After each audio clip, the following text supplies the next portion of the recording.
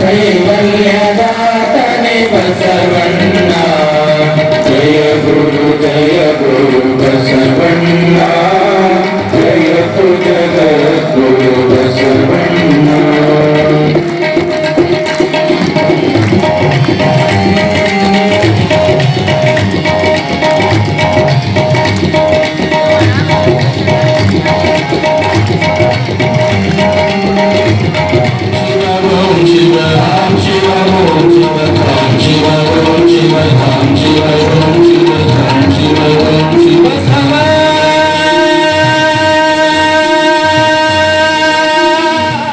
ಕೇಳಬೇಕು ತಾಯಿ, ಮತ್ತೆ ಮತ್ತೆ ಸಿಗೋದಿಲ್ಲ.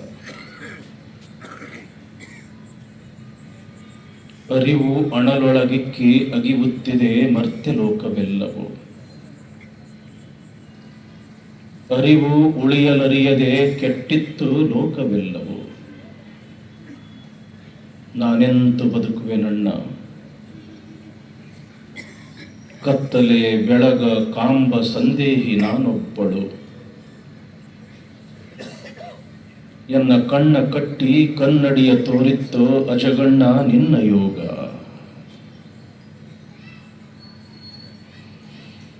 ಹನ್ನೆರಡನೇ ಶತಮಾನದ ಒಂದು ಅಪೂರ್ವವಾಗಿರತಕ್ಕಂಥ ಒಂದು ಸತ್ಯ ಘಟನೆ.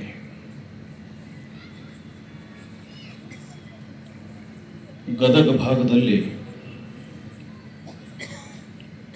ಲಕ್ಕುಂಡಿ ಎಂಬತಕ್ಕಂಥ ಒಂದು ಗ್ರಾಮ ಬರುತ್ತದೆ. ಅಲ್ಲಿ ಒಂದು ಶಿವಭಕ್ತ ಕುಟುಂಬ, ಅಜಗಣ್ಣ ಅಂತ ಒಬ್ಬ ಅಣ್ಣ, ಮುಕ್ತಾಯಕ್ಕ ಅಂತ ಒಬ್ಬ ಪುಟ್ಟ ತಂಗಿ. ಪಾಪ ಇವರಿಬ್ರು ಬಹಳ ಚಿಕ್ಕವರಿರುವಾಗಲೇ ತಂದೆ ತಾಯಿ ತೀರಿ ಹೋಗ್ತಾರೆ. ಅಂಥ ಹೇಳಿಕೊಳ್ಳುವಂಥ ಹತ್ತಿರದ ಬಂಧುಗಳು ಯಾರೂ ಇರಲಿಲ್ಲ. ನನ್ನ ತಂಗಿಗೆ ಏನೂ ಕೊರತೆಯಾಗಬಾರದು, ತಾಯಿಯ ಕೊರತೆ ಕಾಡಬಾರದು, ತಂದೆಯ ಕೊರತೆ ಕಾಡಬಾರದು. ಅವಳನ್ನು ಬಹಳ ಚೆನ್ನಾಗಿ ಜೋಪಾನ ಮಾಡಬೇಕು ಅಂತ ತಾಯಿಯಾಗಿ, ತಂದೆಯಾಗಿ, ಮೇಲಾಗಿ ಗುರುವಾಗಿ ತಂಗಿಯನ್ನ ಬೆಳೆಸ್ತಾನ ಅಜಗಣ್ಣ. ಹೆಸರು ನೋಡ್ರಿ ಎಷ್ಟು ಅದ್ಭುತ, ಅಜಗಣ್ಣ. ಅಜ ಅಂತಂದ್ರೆ ಜ್ಞಾನ ಅಂತನೂ ಕೂಡ ಆಗ್ತದ, ಬ್ರಹ್ಮ ಅಂತನೂ ಕೂಡ ಆಗ್ತದ. ಒಟ್ಟು ಅರಿವಿನ ದೃಷ್ಟಿಯನ್ನು ಹೊಂದಿರತಕ್ಕಂಥವನು ಅಜಗಣ್ಣ ಅಂತ ಅರ್ಥ ಮಾಡಿಕೊಂಡ್ರೆ ಸಾಕು. ಮುಕ್ತಾಯಕ್ಕ ಎಷ್ಟು ಅದ್ಭುತ ಈ ಹೆಸರು. ಮುಕ್ತಿಯ ಹಂಬಲವನ್ನ ಅಪೇಕ್ಷೆಯನ್ನ ಹೊಂದಿದವಳು ಮುಕ್ತಾಯಕ್ಕ. ಇಂಥ ಅಪೂರ್ವವಾಗಿರತಕ್ಕಂಥ ಅಣ್ಣ ಮತ್ತು ತಂಗಿ ಆಧ್ಯಾತ್ಮಿಕ ವಿದ್ಯೆಯನ್ನ ಕಲಿಸ್ತಾ ಕಲಿಸ್ತಾ ಕಲಿಸ್ತಾ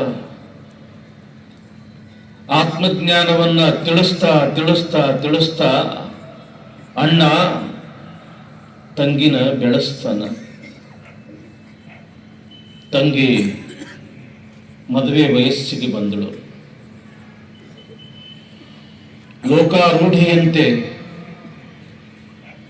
ಒಬ್ಬ ಒಳ್ಳೆಯ ವರನನ್ನ ಹುಡುಕಬೇಕು ಅಂತ ಅಜಗಣ್ಣ ತಂಗಿಗಾಗಿ ವರವನ್ನ ಹುಡುಕ್ತಾ ಅದಾನ. ನನ್ನ ತಂಗಿ ಬಾಲ್ಯದಲ್ಲಿ ತಾಯಿಯ ಪ್ರೀತಿಯನ್ನ ಕಂಡಿಲ್ಲ, ತಂದೆಯ ಮಮತೆಯನ್ನೂ ಕೂಡ ಕಂಡಿಲ್ಲ. ಅತ್ಯಂತ ಸುಖದಿಂದ ಇರಬೇಕು ಇವಳು ಗಂಡನ ಮನೆಯೊಳಗ ಅಂತ ಬಹಳ ಕಡೆ ಹುಡುಕುದ ಹುಡುಕುದ ಹುಡುಕುದ ದೂರದಲ್ಲಿ ಮೊಸಳೆ ಕಲ್ಲು ಅಂತ ಬರ್ತದ. ಅಲ್ಲಿ ಒಬ್ಬ ಸದ್ಗುಣವಂತ ವರ ಹುಡುಗ ನನ್ನ ತಂಗಿಗೆ ಯೋಗ್ಯ ಆಗ್ತಾನ ಅನ್ನೋ ಭರವಸೆಯಿಂದ ಅವನಿಗೆ ಕೊಟ್ಟು ತಂಗಿಯ ಮದುವೆಯನ್ನ ಮಾಡ್ತಾನ ಅಜಗಣ್ಣ.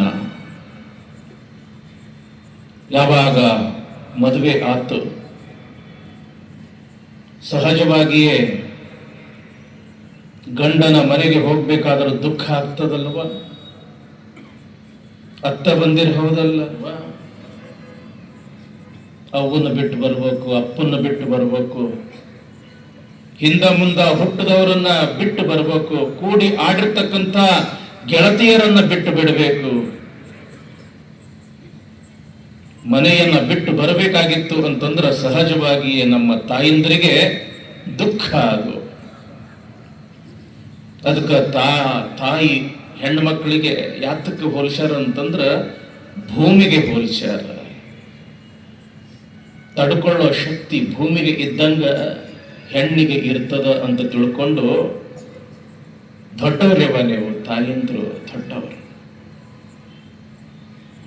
ನಿಮ್ಗೆ ಎಷ್ಟು ಮನೆ ರೇವ?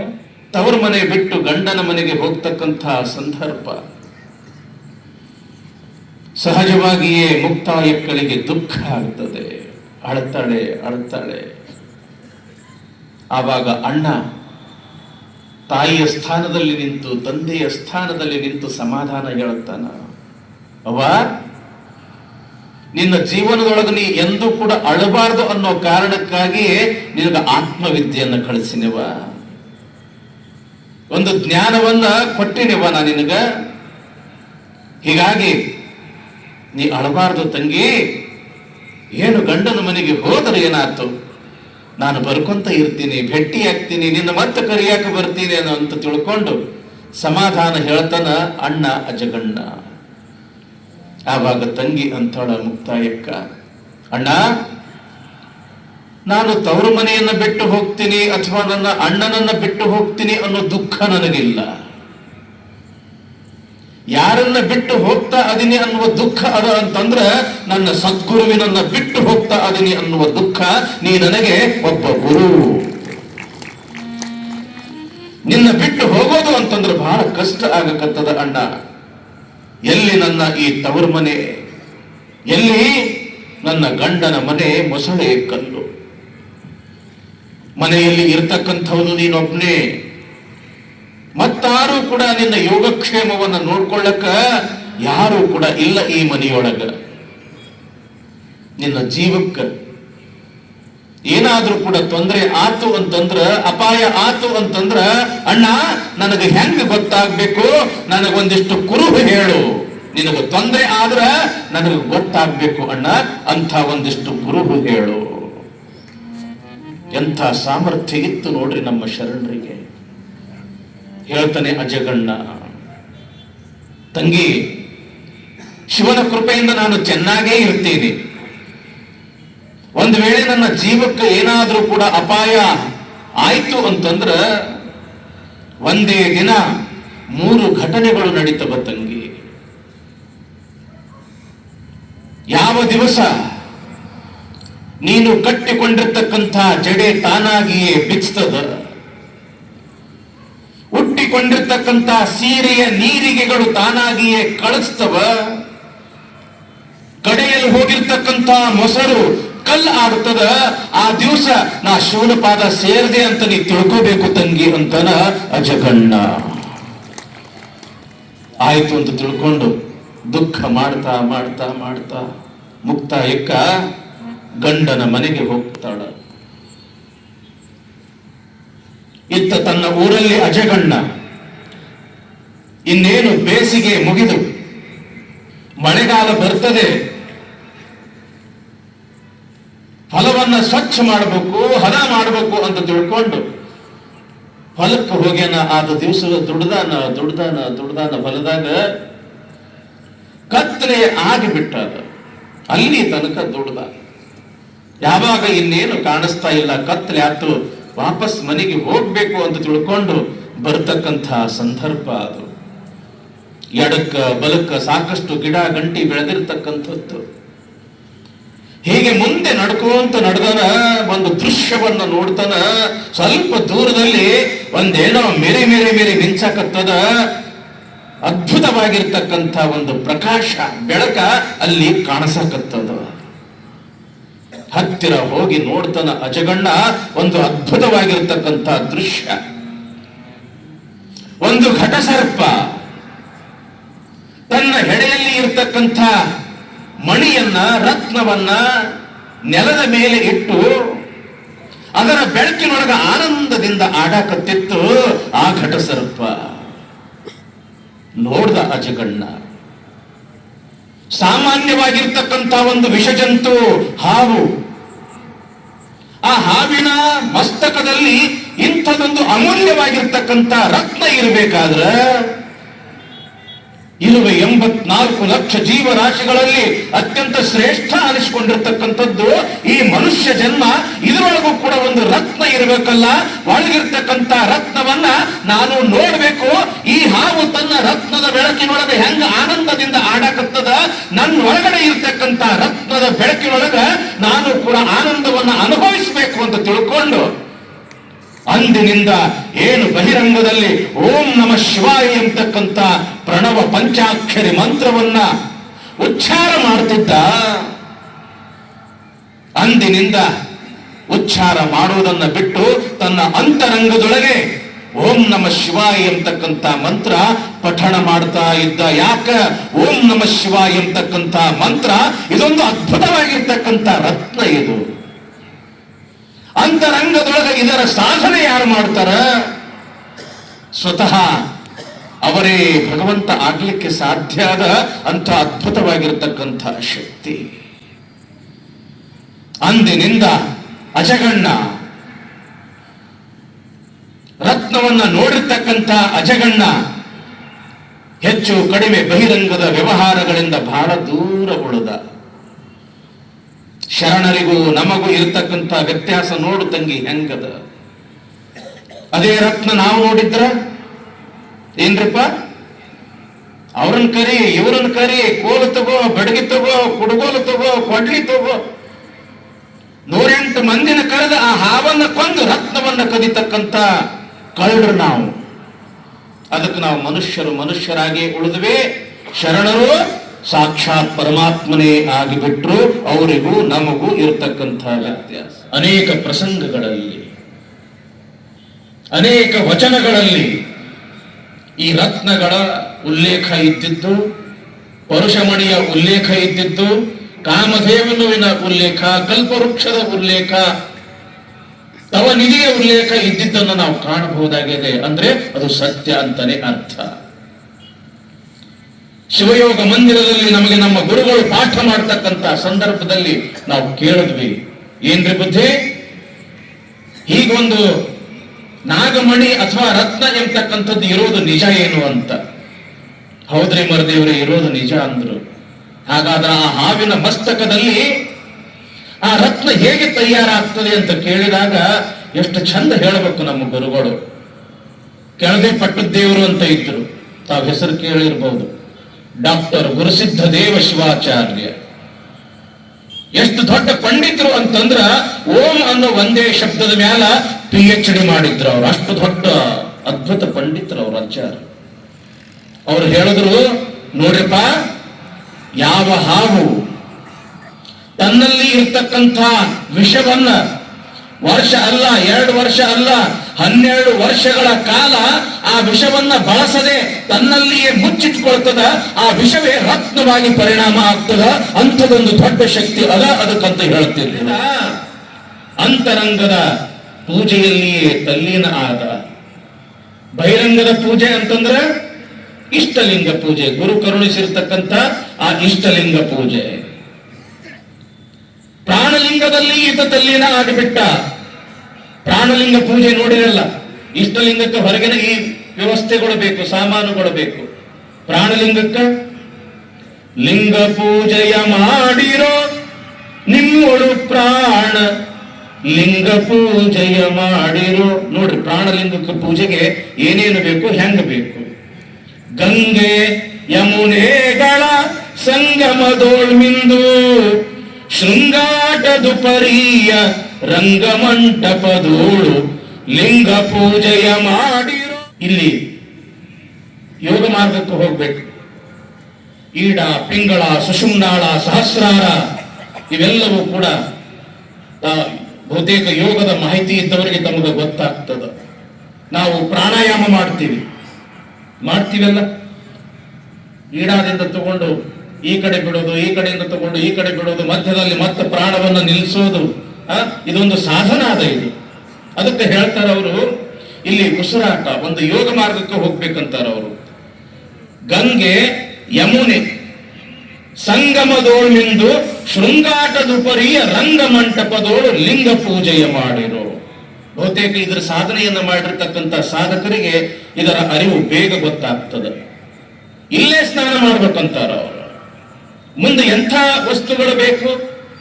ವರ ಭಕ್ತಿ ಜಲವ ನೀಡಿ ಮಜ್ಜನಗೈದು ವಿರತಿ ಗಂಧವನೆತ್ತೀಡಿ ಕರಣೇಂದ್ರಿಗಳೆಂಬ ಮಿರಗು ಅಕ್ಷತೆ ನಿಟ್ಟು ಅರಿವೆಂಬ ನಿರ್ಮಲ ಸರಸ ಪುಷ್ಪವ ಸೂಡಿ ಲಿಂಗ ಪೂಜೆಯ ಮಾಡಿರೋ. ನಿಮ್ಮೊಳು ಪ್ರಾಣ ಲಿಂಗ ಪೂಜೆಯ ಮಾಡಿ ನಾನು ಅನುಭವಿಸಬೇಕು. ಆ ಜ್ಞಾನ ರತ್ನದ ಆನಂದದೊಳಗೆ ನಾ ಇರಬೇಕು ಅಂತ ತೀರ್ಮಾನ ಮಾಡ್ದ. ಬಹಿರಂಗದ ವ್ಯವಹಾರಗಳನ್ನ ಮರೆತು ಬಿಟ್ಟ. ತನ್ನೊಳಗ ತಾನು. ಯಾಕ? ಜ್ಞಾನಿಯಾಗಿರ್ತಕ್ಕಂಥವನು ತನ್ನೊಳಗ ತಾನಿರ್ತಾನ. ಜನ ತಿಳ್ಕೊಂಡ್ರು ಅಜಗಣ್ಣಗ ಹುಚ್ಚ ಹಿಡ್ದಾರ. ತಮ್ಮ ಮನೆ ಕೆಲಸ ಮಾಡ್ಸಕ್ಕೆಲ್ಲ ಶುರು ಮಾಡಿದ್ರಂತ. ಯಾಕ? ಯೋಗಿಯಾಗಿರ್ತಕ್ಕಂಥವನು, ಶಿವಯೋಗಿ ಆಗಿರ್ತಕ್ಕಂಥವನು ಮೊದಲಿಗೆ ಜನರಿಗೆ ಹುಚ್ಚು ಕಣ್ಣಂಗ ಕಾಣ್ತಾನ. ಆದ್ರೆ ಜಗತ್ತಿನ ಹುಚ್ಚು ಬಿಡಿಸಾಕ ಬಂದಿರ್ತಾರ ಅನ್ನೋದನ್ನ ನಾವು ಬಹಳ ತಡ ಮಾಡಿ ತಿಳ್ಕೊಳ್ತೇವೆ. ಜನ ತಿಳ್ಕೊಂಡ್ರು ಅಜಗಣ್ಣಗ ಹುಚ್ಚು ಹಿಡ್ದಾಗ ತಮ್ಮ ಮನೆ ಕೆಲಸ ಮಾಡ್ಸಕ ಶುರು ಮಾಡಿಬಿಟ್ರು. ಒಂದು ದಿವಸ ಏನ ಆತು ಅಂತಂದ್ರ, ಯಾವುದೋ ಒಂದು ಕೆಲಸ ಮಾಡಿ ತನ್ನ ಮನೆಯೊಳಗೆ ಬರ್ತಕ್ಕಂತಹ ಸಂದರ್ಭ. ಅಜಗಣ್ಣ ಮನೆ ಬಾಗಿಲು ಬಹಳ ಚಿಕ್ಕದು. ಈಗೆಲ್ಲ ನಾವು ದೊಡ್ಡ ದೊಡ್ಡ ಮನೆ ಬಾಗಿಲುಗಳನ್ನ ಇಡ್ತೀವಿ. ಮೊದಲೆಲ್ಲ ಮನೆ ಬಾಗಿಲುಗಳು ಬಹಳ ಸಣ್ಣ ಸಣ್ಣ ಇರ್ತಿದ್ದು. ಹೌದಲ್ರಿಪ್ಪ? ಇಲ್ಲಿ ಹಿರಿಯರು ತಾವು ಗಮನಿಸಿದಿರಲ್ಲ. ಯಾಕೆ ಸಣ್ಣ ಇಡ್ತಿದ್ರಪ್ಪ ಬಾಗಿಲು? ಮೊದಲ ಮನೆಯಾಗ ಸಾಕ್ಷಾತ್ ಪಾರ್ವತಿ ಪರಮೇಶ್ವರನ ಸ್ವರೂಪದೊಳಗ ತಂದೆ ತಾಯಿ ಅದರ, ಗುರು ಹಿರಿಯರದರ. ಅವ್ರ ಮುಂದ ಸೊಕ್ಕಿನಿಂದ ಹೋಗಬಾರ್ದು, ಅಹಂಕಾರದಿಂದ ಹೋಗಬಾರ್ದು. ಅವ್ರ ಎದುರು ನಾವು ಬಾಗಿ ನಡಿಬೇಕು ಅನ್ನೋ ಕಾರಣಕ್ಕಾಗಿ ಬಾಗಲ ಬಹಳ ಸಣ್ಣ ಇಟ್ಟಿರ್ತಿದ್ರು ಮೊದಲು. ನೋಡ್ರಿ, ಹೆಸರೇ ಏನದಕ್ಕೆ? ಬಾಗಲ. ಬಾಗಿ ಬಾರಲ್ಲ ಬಾಗಲ ಅಂತಕ್ಕಂಥ ಸಂದರ್ಭದೊಳಗ ಆ ಬಾಗಿಲಿನ ಹಣಿಪಟ್ಟಿ ಹಿಂಗ ನೆತ್ತಿಗೆ ಬಡಿಯೋದೇ ತಡ, ಹಣಿಗೆ ಬಡಿಯೋದೇ ತಡ, ಧಪ್ ಅಂತ ಬಿದ್ದ. ಪ್ರಾಣ ಹೋಗಿಯೇ ಬಿಡುತ್ತು ಅಜಗಣ್ಣನ ಪ್ರಾಣ. ಇತ್ತ ಗಂಡನ ಮನೆಯಲ್ಲಿ ಮುಕ್ತಾಯಕ್ಕ. ಗಂಡ ಹೊಲಕ್ಕೆ ಹೋಗ್ಯಾನ. ಅಡಿಗೆ ಒಯ್ಬೇಕು, ಬುತ್ತಿ ಒಯ್ಬೇಕು ಅಂತ ತಿಳ್ಕೊಂಡು ಬಿಸಿ ಬಿಸಿ ಬಿಸಿ ರೊಟ್ಟಿ ಮಾಡತಕ್ಕಂತ ಸಂದರ್ಭದೊಳಗ ಕಟ್ಟಿಕೊಂಡಿರ್ತಕ್ಕಂಥ ಜಡೆ ತಾನಾಗಿಯೇ ಬಿಚ್ಚಿ ಬಿಡುತ್ತು. ಜಡಿ ಕಟ್ಕೊಂಡು ಇನ್ನೂ ಒಂದು ತಾಸಾಗಿಲ್ಲ, ಜಡಿ ಯಾಕೆ ಉಚ್ತು ಅಂತ ತಿಳ್ಕೊಂಡು ಕೈ ತೊಳ್ಕೊಂಡು ಮತ್ತೆ ಅಡಿಗೆ ಮಾಡಕ್ಕೆ ಹಿಂಗ ಕುಂಡ್ರಬೇಕು ಅಂತಾಳ. ಹುಟ್ಟಿರ್ತಕ್ಕಂತ ಸೀರೆಯ ನೀರಿಗೆಗಳು ಕೂಡ ಕಳಚಿ ಬಿತ್ತು. ಯಾಕೆ ಇವತ್ತು ಹಿಂಗ್ಯಾಕಾಗಕತ್ತದ? ಒಂದಿಷ್ಟು ಮಜ್ಜಿಗೆ ಕಡಿಬೇಕು,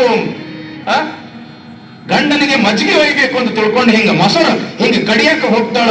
ಮೊಸರು ಕಲ್ಲಿನಂಗ ಗಟ್ಟಿ ಆಗಿಬಿಟ್ಟದ, ಮೊಸರು ಕಲ್ಲಾಗಿಬಿಟ್ಟದ. ಯಾವಾಗ ಮೊಸರು ಕಲ್ಲಾಗಿದ್ದು ನೋಡಿದಳು, ಅಣ್ಣ ಹೇಳಿರ್ತಕ್ಕಂಥ ಮಾತು ತಂಗಿಗೆ ನೆನಪಾತು. ನೋಡು ತಂಗಿ, ಯಾವ ದಿವಸ ಕಟ್ಟಿಕೊಂಡಿರ್ತಕ್ಕಂಥ ಜಡೆ ತಾನಾಗಿಯೇ ಬಿಚ್ಚತದ, ಹುಟ್ಟಿರ್ತಕ್ಕಂಥ ಸೀರೆಯ ನೀರಿಗೆ ತಾನಾಗಿಯೇ ಕಳಿಸ್ತವ, ಕಡೆಯಲು ಹೋದ ಮೊಸರು ಕಲ್ಲು ಆಗ್ತದ, ಆ ದಿವಸ ನನ್ನ ಪ್ರಾಣ ಶಿವನ ಪಾದ ಸೇರಿತ್ತು ಅಂತ ತಿಳ್ಕೊಂಡು ನೀ ತಿಳ್ಕೋಬೇಕು ಅಂತ ಹೇಳಿದ್ದು ನೆನಪಾಗಿ ಒಮ್ಮೆ ಅಣ್ಣ ಅಂತ ತಿಳ್ಕೊಂಡು ಕೂಗುತ್ತಾ ಓಡ್ತಾ ಮುಕ್ತಾಯಕ್ಕ ತವರೂರಿಗೆ ಬರ್ತಾಳ. ಮನೆ ಮುಂದೆ ಜನ ನೆರೆದು ಬಿಟ್ಟಿದ್ರು. ಸರಿ ಅಂತ ತಿಳ್ಕೊಂಡು ಹತ್ತಿರ ಬಂದು ನೋಡ್ತಾಳ, ಅಣ್ಣ ತೀರಿ ಹೋಗಿ ಬಿಟ್ಟಿದ್ದ. ಯಾವಾಗ ಅಣ್ಣ ತೀರಿ ಹೋಗಿದ್ದನ್ನ ನೋಡಿರ್ತಕ್ಕಂಥ ತಂಗಿಗೆ ದುಃಖ. ಯಾಕ? ತಂದೆ ಅಂದ್ರು ಅವನ, ತಾಯಿ ಅಂದ್ರು ಅವನ, ಬಂಧು ಅಂದ್ರೆ ಅವನ, ಬಳಗ ಅಂದ್ರೆ ಅವನ, ಮೇಲಾಗಿ ಗುರು. ನನಗೆ ಅದ್ಭುತವಾಗಿರ್ತಕ್ಕಂಥ ಜ್ಞಾನವನ್ನ ದಯಪಾಲಿಸಿರ್ತಕ್ಕಂಥ ಗುರು ನನ್ನನ್ನು ಬಿಟ್ಟು ಹೋದಲ್ಲ ಎಂತಕ್ಕಂಥ ಒಂದು ದುಃಖ. ಹತ್ತಿರ ಬರ್ತಾಳ, ಆ ಅಣ್ಣನ ತಲೆಯನ್ನ ತನ್ನ ತೊಡೆಯ ಮೇಲೆ ಹಿಂಗೆ ಇಟ್ಕೊಳ್ತಾಳ. ಇಟ್ಕೊಂಡು ಅಣ್ಣನನ್ನೇ ನೋಡ್ತಾ ನೋಡ್ತಾ ಅಳ್ಳಾಕತ್ತಾಳ. ಎಂಥ ಅಳುವುದು! ಆ ಅಳುವಿನಲ್ಲಿ ಎಂಥ ಅಪೂರ್ವವಾಗಿರ್ತಕ್ಕಂಥ ಜ್ಞಾನ. ಏನಂತ ಅಳ್ಳಾಕತ್ತಾಳ ಅಂತಂದ್ರ, ಅರಿವು ಅಣಲೊಳಗಿಕ್ಕಿ ಅಗಿಬುತ್ತಿದೆ ಮರ್ತ್ಯ ಲೋಕ, ಅರಿವು ಉಳಿಯಲರಿಯದೆ ಕೆಟ್ಟಿತ್ತು ಈ ಲೋಕ, ನಾನೆಂತು ಬದುಕುವೆನಣ್ಣ. ಕತ್ತಲೆ ಬೆಳಗ ಕಾಂಬ ಸಂಧೆ ನಾನೊಬ್ಬಳು, ಎನ್ನ ಕಣ್ಣ ಕಟ್ಟಿ ಕನ್ನಡಿಯ ತೋರಿತ್ತೋ ಅಜಗಣ್ಣ ನಿನ್ನ ಯೋಗ. ಅಣ್ಣ, ಎಂಥ ಸ್ವಾರ್ಥ ಪ್ರಪಂಚದೊಳಗ ನನ್ನ ಒಬ್ಬಳನ್ನೇ ನೀ ಬಿಟ್ಟು ಹೋಗಿ ಬಿಟ್ಟಿಯಪ್ಪ. ಯಾಕ ಈ ಪ್ರಪಂಚ ಹೆಂಗದ ಅಂತಂದ್ರ, ಅರಿವು ಅಣಲೊಳಗಿಕ್ಕಿ ಅಗಿಯುತ್ತಿದೆ ಮರ್ತ್ಯ ಲೋಕ. ಈ ಪ್ರಪಂಚದೊಳಗೆ ಎಲ್ಲರೂ ಕೂಡ ಜ್ಞಾನ ಹೇಳವ್ರ, ಬುದ್ಧಿ ಹೇಳವ್ರ, ಅರಿವು ಹೇಳವ್ರ, ಅನುಭವ ಹೇಳವ್ರ, ಹೇಳಿದ ಪ್ರಕಾರ ನಡ್ಕೊಳ್ಳೋರು ಯಾರು ಇಲ್ಲ. ಈ ಲೋಕದೊಳಗೆ ಒಂದಿಟ್ಟು ಶಾಂತಿ, ಸಮಾಧಾನ, ನೆಮ್ಮದಿ ಇರಬೇಕಾಗಿತ್ತು ಅಂತಂದ್ರ ಅರಿವು ಆಚರಣೆಯೊಳಗೆ ತಂದಾಗ ಮಾತ್ರ. ಹೇಳಿದಾಗ ಸಮಾಧಾನ ಆಗುವುದಿಲ್ಲ, ಆಚರಣೆಯೊಳಗೆ ತಂದಾಗ ಮಾತ್ರ ಸಮಾಧಾನ. ಕಣ್ಣದವ ನೋಡ್ಬೇಕು ಅಂತಂದ್ರ, ಆದ್ರೆ ಕಣ್ಣಿಗೆ ಒಂದು ಪಟ್ಟಿ ಕಟ್ಟೆ ಅದ. ಕಣ್ಣಿಗೆ ಪಟ್ಟಿ ಕಟ್ಟಿದ್ರು ಅಂತಂದ್ರೆ ನೋಡಕ್ ಬರ್ತೈತೇನ್ರಿ ಬಾ? ಕಣ್ಣಿಗೆ ಪಟ್ಟಿ ಕಟ್ಟಿ ಅಷ್ಟೇ ಅಲ್ಲ, ಮುಂದ ನಿನ್ನನ್ನು ನೀ ನೋಡ್ಕೋ ಅಂತ ಕನ್ನಡಿ ಹಿಡಿದಂಗ ಆಗ್ಯದ ನನ್ನ ಪರಿಸ್ಥಿತಿ. ನನ್ನೊಳಗೆ ನೀ ಸಾಕಷ್ಟು ಅರಿವು ಕೊಟ್ಟಿ, ಜ್ಞಾನ ಕೊಟ್ಟಿ, ಆದ್ರ ಆ ಜ್ಞಾನ ಇನ್ನೂ ಪರಿಪೂರ್ಣವಾಗಿ ನನ್ನ ಹತ್ರ ಪ್ರಾಪ್ತಿಯಾಗಿಲ್ಲ. ಅದನ್ನ ಯಾರು ಕೇಳ್ತಾರ ಅಂತಂದ್ರ, ಸಂಸಾರಿಗಳ ಹತ್ತಿರ ಸುಳಿಯದೇ ಇರತಕ್ಕಂಥ ಅಲ್ಲಮ ಪ್ರಭು ಈ ಅರ್ಥಾಗಿರ್ತಕ್ಕಂಥ ಧ್ವನಿಯನ್ನ ಕೇಳದ. ಯಾಕ? ಬಸವಣ್ಣ ಕಲ್ಯಾಣದಲ್ಲಿ ಕೈಲಾಸವನ್ನೇ ಕೆಳಗೆ ತಂದು ಬಿಟ್ಟಾರ. ಅಲ್ಲಿ ಕಾಯಕ, ದಾಸೋಹ, ಸಮಾನತೆ, ಶಿವಾನುಭವದಂತ ಅನೇಕ ತತ್ವಗಳನ್ನು ಸಾವಿರ ಸಾವಿರ ಮಂದಿಗೆ ಹಂಚಕತ್ತಾನ. ಆತ ಮಾಡ್ತಕ್ಕಂಥ ಕಾರ್ಯ ಬಹಳ ಅದ್ಭುತ ಆದ. ಆ ಬಸವಣ್ಣನನ್ನು ನೋಡ್ಬೇಕು ನೋಡ್ಬೇಕು ನೋಡ್ಬೇಕು ಅಂತ ಅಲ್ಲಮ ಪ್ರಭುದೇವರು ಮಾಯೆಯನ್ನ ಗೆದ್ದು ಗೊಗ್ಗಯ್ಯನಿಗೆ ಉಪದೇಶವನ್ನ ಮಾಡಿ ಅನಿಮಿಷದಿಂದ ಲಿಂಗವನ್ನು ಪ್ರಾಪ್ತಿ ಮಾಡಿಕೊಂಡು ಕಲ್ಯಾಣದ ಕಡೆಗೆ ನಡೆದಿರ್ತಕ್ಕಂತಹ ಸಂದರ್ಭದೊಳಗ ಈ ತಂಗಿ ಅಳ್ತಾ ಇರೋದನ್ನ ಕೇಳ್ದ ಅಲ್ಲಮ ಪ್ರಭು. ಆವಾಗ ಅಲ್ಲಮ ಪ್ರಭುಗಳು ಅಂತಾರೆ, ಇದು ಶೋಕ ಅಲ್ಲ, ಇದು ಶೋಕ ಯೋಗ, ಇದು ಭಕ್ತಿಯ ಮುಕ್ತಿಯ ಪ್ರಲಾಪ. ನಾ ಬಹಳ ಜನ ಅಳವರನ್ನು ನೋಡಿನಿ. ಗಂಡ ಸತ್ತ ಅಂತಂದ್ರೆ ಹೆಂಡತಿ, ನೀ ಹೋದಿ, ಇನ್ನು ನನ್ನ ಮುಂದಿನ ಪರಿಸ್ಥಿತಿ ಏನು? ಒಂದ್ ವೇಳೆ ಹೆಂಡತಿನ ಸತ್ತಳು ಅಂತಂದ್ರೆ ಗಂಡ, ನೀನ ಹೋದಿ, ಇನ್ನು ಮುಂದೆ ಮಾಡಿ ಹಾಕೋರು ಯಾರು? ಒಂದ್ ವೇಳೆ ಮಕ್ಕಳ ಸತ್ರ, ಇನ್ನು ವಯಸ್ಸಾದ ಬಳಿಕ ನಮಗೂ ನೋಡೋರು ಯಾರು ಅಂತ ತಿಳ್ಕೊಂಡು ಸತ್ತವರಲ್ಲಿ ಸ್ವಾರ್ಥವನ್ನು ಬಯಸಿ ಅಳತಕ್ಕಂಥವರೇ ಬಹಳ ಈ ಪ್ರಪಂಚದೊಳಗ. ಆದ್ರ ಒಬ್ಬ ಶಿವನನ್ನು ಸಾಕ್ಷಾತ್ಕಾರ ಮಾಡ್ಕೊಳ್ಬೇಕು ಅನ್ನೋ ದೃಷ್ಟಿಯಿಂದ ಅನುಭಾವಪೂರ್ಣವಾಗಿ ಅಳ್ಳಾಕತ್ತಾಳಲ್ಲ. ಇದು ಶೋಕ ಅಲ್ಲ, ಇದು ಶೋಕ ಯೋಗ, ಇದು ಭಕ್ತಿಯ ಮುಕ್ತಿಯ ಪ್ರಲಾಪ. ನಂತರ ಬರ್ತಾರ, ನೋಡ್ತಾರ ಅಲ್ಲಮ ಪ್ರಭುದೇವರು ಆ ದೃಶ್ಯವನ್ನ ನೋಡಿ, ಎಷ್ಟು ಅದ್ಭುತ ಅದ ಇದು. ತಂಗಿ ಈ ರೀತಿ ಕುತ್ಕೊಂಡಾಳ, ಆ ಅಣ್ಣನ ತಲೆ ತೊಡೆಯ ಮೇಲೆ ಇಟ್ಕೊಂಡಾಳ. ಒಂದು ಕೈಯಿಂದ ಅಣ್ಣನ ತಲೆ ಹಿಡ್ದಾಳ, ಇನ್ನೊಂದು ಕೈಯಿಂದ ಈ ರೀತಿಯಾಗಿ ಹಿಡ್ಕೊಂಡು ಅಣ್ಣನನ್ನೇ ನೋಡ್ತಾ ಒಂದೇ ಸೌನ ಅಳ್ಳಾಕತ್ತಾಳ. ಅಳತಕ್ಕಂತಹ ಸಮಯದೊಳಗೆ ಕಣ್ಣಾಗಿರ್ತಕ್ಕಂಥ ಆ ಕಣ್ಣೀರ ಹನಿಗಳು ದಳದಳ ಅಂತ ಹಂಗೆ ಉದುರಾಕತ್ತವ. ಇದನ್ನ ನೋಡ್ದ ಅಲ್ಲಮ ಪ್ರಭು ಅದೇ ದೃಶ್ಯವನ್ನ ಯಾವ ರೀತಿಯಾಗಿ ಸಮಾಧಾನ ಹೇಳ್ತಾರ ಅನ್ನೋದೇ ಬಹಳ ಅದ್ಭುತ. ನಮ್ಮ ವಚನ ಸಾಹಿತ್ಯ ದೃಶ್ಯವನ್ನು ನೋಡಿ ಸಮಾಧಾನ ಹೇಳ್ತಾರ ಅಲ್ಲಮ ಪ್ರಭುದೇವರು. ಎಂಥ ಅದ್ಭುತ ಸಮಾಧಾನ ಅದು! ಈಕೆ ಅಳು ಎಷ್ಟು ಅದ್ಭುತವೋ, ಸಮಾಧಾನವೂ ಕೂಡ ಅತ್ಯದ್ಭುತ. ಅಂಗೈಯೊಳಗೊಂದು ಅರಳದ ತಲೆ ಹಿಡಿದು ಕಂಗಳ ಮುತ್ತು ಪವಣಿಸುವಾಕೆ ನೀನಾರು ಹೇಳ. ಸಂದ ಸಂಪಿಗೆ ಎರಳ ಬಂಡುಂಬ ಭೇದವನ್ನರಿಯದೆ ಹಂಬಲಿಸುವ ಪರಿತಾಪವೇನು ಹೇಳ. ಒಂದೆಂಬೆನೆ ಎರಡಾಗಿದೆ, ಎರಡೆಂಬೆನೆ ಒಂದಾಗಿದೆ ಅರುಹಿನೊಳಗಣ ಮರವು ಇದೇನು ಹೇಳ. ದುಃಖವಿಲ್ಲದ ಅಕ್ಕೆ ಇಲ್ಲದ ಅನುತಾಪ ನಮ್ಮ ಗುಹೇಶ್ವರ ಲಿಂಗದಲ್ಲಿ ತೋರುತ್ತಿದೆ, ನೀನಾರು ಹೇಳೇ ಎಲೆ ಅವ್ವ ಆಗಿರ್ತಕ್ಕಂಥ ಆ ಯೋಗಿ ತೀರ್ಕೊಂಡನಲ್ಲ, ಅಲ್ಲಮ ಪ್ರಭು ಎಂಥ ಒಂದು ದಿವ್ಯ ದೃಷ್ಟಿ ಇರಬಹುದು. ಆ ತಂಗಿ ಹಿಡಿದಿರ್ತಕ್ಕಂಥ ಆ ಅಣ್ಣನ ತಲೆಯನ್ನೇ ತನ್ನ ಕಣ್ಣಲ್ಲಿ ಇಟ್ಕೊಂಡು ಹೇಳ್ತಾರ, ಅಂದೈಯೊಳ ಒಂದು ಅರಳದ ತಲೆ ಹಿಡಿದು ಕಂಗಳ ಮುತ್ತು ಪವಣಿಸುವಾಕೆ ನೀನಾರು ಹೇಳ. ಅವ್ವ ತಂಗಿ ಅಳ್ಳಕತ್ತಿಯಲ್ಲವ, ಕೈ ಒಳಗ ಆ ಅರಳಿದ ಪುಷ್ಪದಂತ ಇರ್ತಕ್ಕಂಥ ಆ ತಲೆ, ಅದು ಅನುಭವದಿಂದ ಶಿವಯೋಗದಿಂದ ಅರಳಿರ್ತಕ್ಕಂಥ ತಲೆ, ಅದು ಅಂತಿಂಥ ತಲೆಯಲ್ಲ.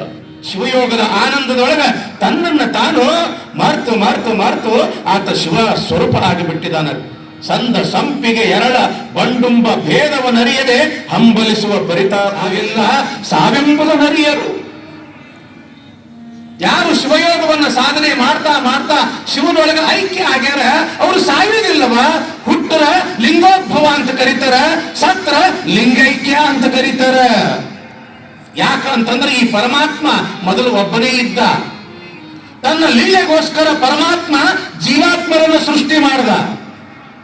ಆ ಜೀವಾತ್ಮ ಏನ್ ಮಾಡ್ದ ಅಂತಂದ್ರೆ, ನಾನು ಮೂಲ ಪರಮಾತ್ಮನಿಂದ ಬಂದೀನಿ, ಮತ್ತ ಆ ಪರಮಾತ್ಮನನ್ನ ಕೂಡಬೇಕು ಅಂತ ತಿಳ್ಕೊಂಡು ಲಿಂಗಾಂಗ ಸಾಮರಸ್ಯದ ಅನುಭವದಿಂದ ಮತ್ತೆ ಏನ್ ಮಾಡ್ದ, ಲಿಂಗದೊಳಗ ಐಕ್ಯ ಆಗಿಬಿಟ್ಟ.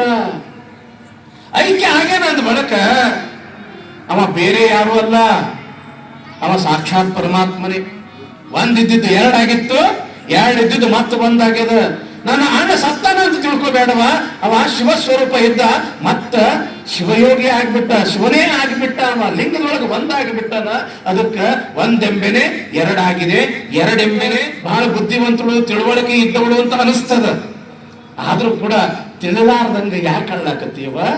ತಿಳಿದವರು ಎಂದಾದ್ರೂ ಕೂಡ ಅಳ್ತಾರೇನು?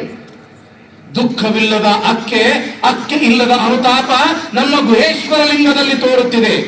ತಂಗಿ, ಯಾವುದಕ್ಕೆ ಅಳಬೇಕು ಅದಕ್ಕೆ ಅಳಬೇಕವ, ಯಾವುದಕ್ಕೆ ಅಳಬಾರ್ದು ಅದಕ್ಕ ಅಳಬಾರ್ದವ. ನಿನ್ನ ಅಣ್ಣ ಲಿಂಗೈಕ್ಯ ಆಗ್ಯಾನ, ಶಿವೈಕ್ಯ ಆಗ್ಯಾನ, ಶಿವನೊಳಗ ಐಕ್ಯ ಆಗ್ಯಾನ ಅಂದ ಒಳಕ ಅಳಬಾರ್ದು ತಂಗಿ, ಶಿವಸ್ಮರಣೆ ಮಾಡ್ಬೇಕವ. ಹೀಗಾಗಿ ಇಂದಿಗೂ ಕೂಡ ನೋಡ್ರಿ, ನಮ್ಮ ಪರಂಪರೆಯೊಳಗೆ ಯಾರಾದ್ರೂ ಕೂಡ ಲಿಂಗೈಕ್ಯರಾದ್ರು ಅಂತಂದ್ರ ಭಜನೆಯನ್ನ ಮಾಡತಕ್ಕಂತ ಪರಂಪರೆ ಎಷ್ಟು ಅದ್ಭುತ ಹೇಳಬೇಕು. ಮುಕ್ತಾಯಕ್ಕ ಆರೆಂದು ಕುರುಹ ಬೆಸಗೊಳ್ಳಲು ಏನೆಂದು ಹೇಳುವೆನಯ್ಯ. ಕಾಯದೊಳಗೆ ಮಾಯವಿಲ್ಲ, ಭಾವದೊಳಗೆ ಭ್ರಮೆ ಇಲ್ಲ, ಕರೆದು ಬೆಸಗೊಂಬಡೆ ಕುರುಹಿಲ್ಲ. ಒಬ್ಬರಿಗೆ ಹುಟ್ಟದೆ ಅಯೋನಿಯಲ್ಲಿ ಬಂದು ನಿರ್ಬುದ್ಧಿಯಾದವಳ ಏನಿನೆಂಬೆನಯ್ಯ. ತಲೆ ಎಳೆದು ನೆಲೆಗಟ್ಟು ಬೆಳಗುವ ಜ್ಯೋತಿ ಎನ್ನ ಅಜಗಣ್ಣ ತಂದೆಯ ಬೆನ್ನ ಬಳಿಯವಳಾನಯ್ಯ. ಏನು ಅದ್ಭುತ ವಚನಗಳು, ಏನು ಅದರ ಸೌಂದರ್ಯ, ಏನು ಅದರೊಳಗೆ ಅಡಗಿರ್ತಕ್ಕಂಥ ಆ ಅನುಭವ ಬಹಳ ಅದ್ಭುತ. ಅದು ಯಾವಾಗ ನೀ ಯಾರು ಅಂತ ತಿಳ್ಕೊಂಡು ಅಲ್ಲಮ ಪ್ರಭು ಕೇಳಿದಾಗ, ಏನ್ ಮಾಡ್ತೀಯಣ್ಣ, ನಾನು ತಗೊಂಡು ಏನ್ ಮಾಡ್ತೀಯಪ್ಪ? ಯಾಕ ಅಂತಂದ್ರ ಈ ಕಾಯದೊಳಗೆ ಮಾಯಾ ಅನ್ನೋದು ಇಲ್ಲ, ಭಾವದೊಳಗ ನನ್ನದು ಎಂಬತಕ್ಕಂಥ ಭ್ರಮೆ ಇಲ್ಲ. ಯಾಕ ಅಂತಂದ್ರ ನಾನು ಅಯೋನಿಯಲ್ಲಿ ಬಂದಿರತಕ್ಕಂಥವಳು. ಅಂದ್ರೆ ನೋಡ್ರಿ, ಎಷ್ಟು ಎಷ್ಟು ಪರಮಾತ್ಮನಿಂದ ಬಂದಿರತಕ್ಕಂಥವಳು ನಾನು. ಆದ್ರೂ ಕೂಡ ಏನಾಗ್ಯದ ಅಂತಂದ್ರ ನನ್ನ ಅಣ್ಣನನ್ನ ಕಳ್ಕೊಂಡಿದ್ದಕ್ಕೆ ಅರಿವು ಅನ್ನೋದು ಹೋಗಿಬಿಟ್ಟದೆಪ್ಪ.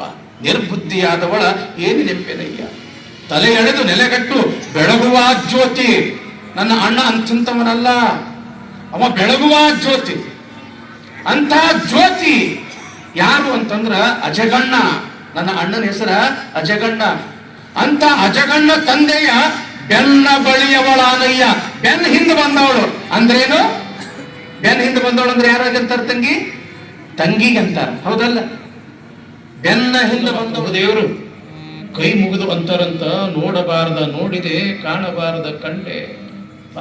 ಎಂಥವಪ್ಪ, ನನ್ನ ಜೀವನದೊಳಗೆ ನಾನು ಇಂಥ ಅಜಗಣ್ಣನನ್ನು ನೋಡ್ತೀನೋ ಇಲ್ಲೋ ಎಂಬತಕ್ಕಂಥ ಒಂದು ಭಾವ ಇತ್ತು.